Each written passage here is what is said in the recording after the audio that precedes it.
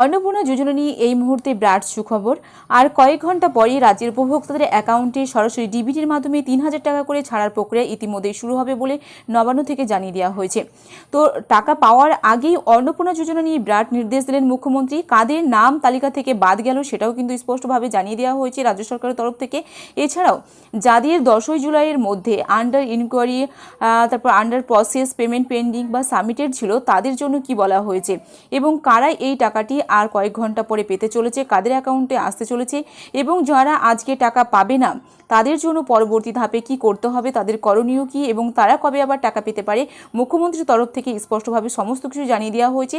আজকের এই ভিডিওতে আপনাদেরকে বিস্তারিত জানাবো যে কাদের অ্যাকাউন্টে আর কয়েক ঘন্টা পরে টাকা আসতে চলেছে।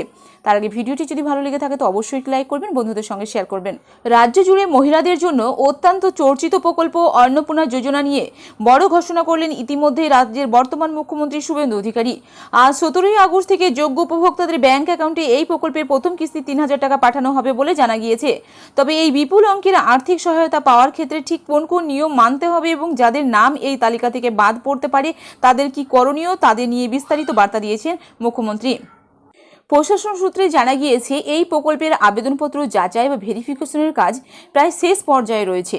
সরকারের পক্ষ থেকে জানানো হয়েছে প্রকৃত যোগ্য মহিলারা যাতে সরাসরি এই সুবিধা পান তার জন্য স্বচ্ছ তালিকা তৈরির ওপর সবচেয়ে বেশি জোর দেওয়া হচ্ছে। কারা এই প্রকল্পের টাকা পাবেন না, মুখ্যমন্ত্রী স্পষ্ট করে জানিয়েছেন যে সমস্ত আবেদনকারীরাই যে এই প্রকল্পের সুবিধা পাবেন এমন কিন্তু নয়, আবার সমস্ত উপভোক্তা যে এই প্রকল্পের সুবিধা পাবেন তাও এমনটাও নয়। কিছু নির্দিষ্ট শর্ত ও উপার্জনের সীমার কথা স্পষ্ট করে উল্লেখ করে দিয়েছেন রাজ্যের বর্তমান মুখ্যমন্ত্রী। আয়ের সীমা যেমন যে সকল মহিলারা নিজে মাসে 10,০০০ টাকার বেশি উপার্জন করেন তাদের প্রাথমিকভাবে এই প্রকল্পের বিবেচনার বাইরে রাখা হয়েছে। এই প্রকল্প মূলত নারীদের অর্থনৈতিকভাবে আরও বেশি সশক্তিকরণের উদ্দেশ্য তৈরি। এছাড়াও সরকারি চাকরি, কেন্দ্র এবং রাজ্য সরকারের কোনো বিধিবদ্ধ সংস্থায় কর্মরত মহিলারা এই ৩,০০০ টাকা পাবেন না বলে জানিয়েছেন।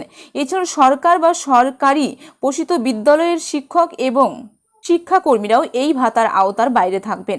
তালিকায় যাদের নথিপত্রে ত্রুটি রয়েছে কিংবা নির্দিষ্ট বয়স ও যোগ্যতার মাপকাঠি মেলেনি তাদের নামও যাচাই প্রক্রিয়ার সময় বাদ দেওয়া হচ্ছে এবং যাদের নাম বাদ যাবে তাদের জন্য পরবর্তী কি করতে হবে বা করণীয় কি রয়েছে।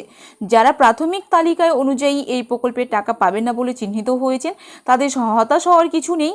সরকারের পক্ষ থেকে জানানো হয়েছে পুরো প্রক্রিয়াটাই স্বচ্ছ রাখতে এবং কোনো প্রকৃত উপভোক্তা যাতে বঞ্চিত না হন তার জন্য নির্দিষ্ট পোর্টালের মাধ্যমে অভিযোগ বা সংশোধনের সুযোগ রাখা হচ্ছে। পাশাপাশি যাদের নাম নিয়ে বিভ্রান্তি রয়েছে তারা স্থানীয় প্রশাসন বা নির্দিষ্ট পোর্টালের নির্দেশিকা অনুযায়ী প্রয়োজনীয় নথিপত্র আপডেট করে নিজেদের দাবি পেশ করতে পারবেন।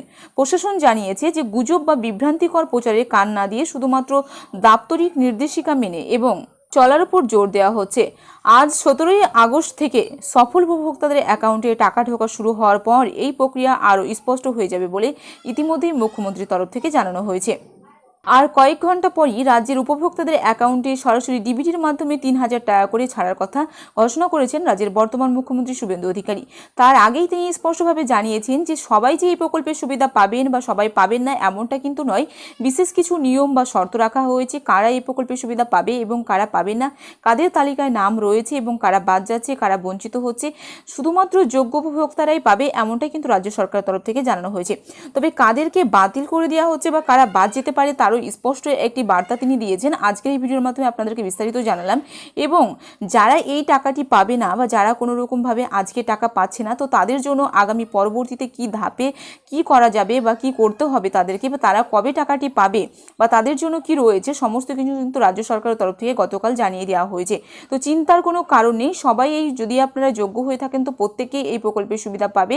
রাজ্য সরকার অলরেডি কিন্তু জানিয়ে দিয়েছে। তো আর কয়েক ঘন্টা পরই রাজ্যের উপভোক্তাদের অ্যাকাউন্টে এই টাকা কিন্তু ছাড়ার কথা ঘোষণা করা হয়েছে।